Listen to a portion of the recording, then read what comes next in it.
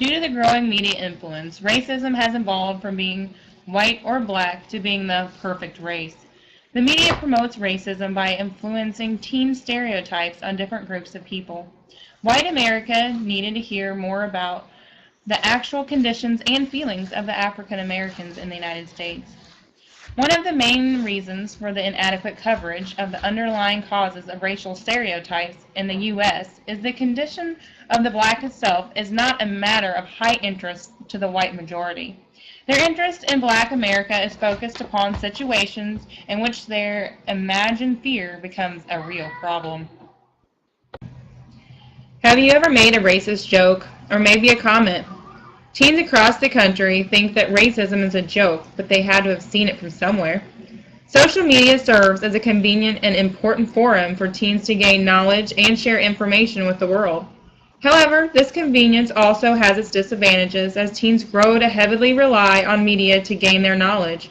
This is also shaping their mentalities and perceptions.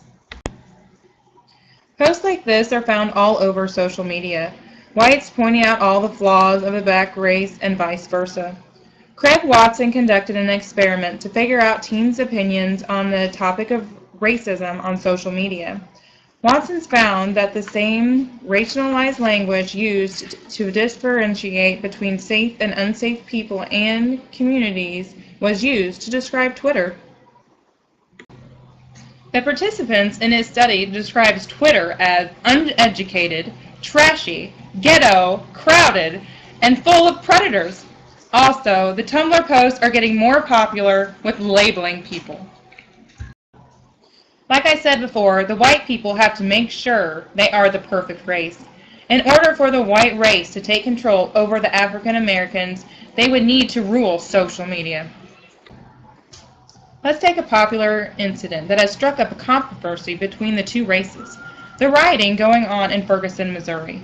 Is there an epidemic of white police officers shooting unarmed black teens? Here's a video by Bill Whittle to explain. Is that, in fact, happening? Well, according to the FBI, there were 408,217 robberies in 2009. That's about 1,100 a day, or in round numbers, about once a minute, 24 hours a day. That means 1,000 times a day, the police are called, 1,000 times a day, arrests are made, or in general terms, the events leading up to the shots being fired in Ferguson, Missouri happen about 1,000 times per day. So, if there's this epidemic of white policemen executing innocent black males, why do we only hear about a case like this once every few years or so? And why do most of these cases, like this one, seem to end up with extenuating circumstances? And why do the few cases that don't have extenuating circumstances end up with the offending officers in jail? If this is an epidemic, where's the epidemic?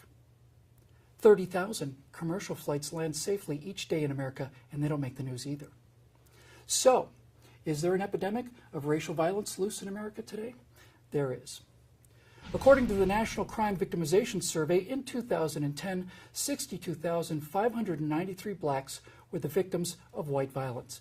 During that same year, 320,082 whites were the victims of black violence. That's 5 times as many violent attacks, but that number is misleading, since the black and white populations are not the same size.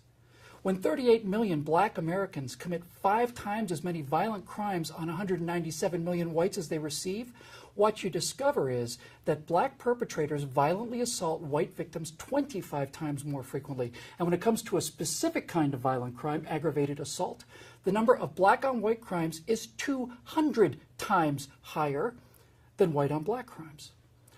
Oh, there's an epidemic of racial violence in America, all right. Together, we can make a difference. But it starts with you.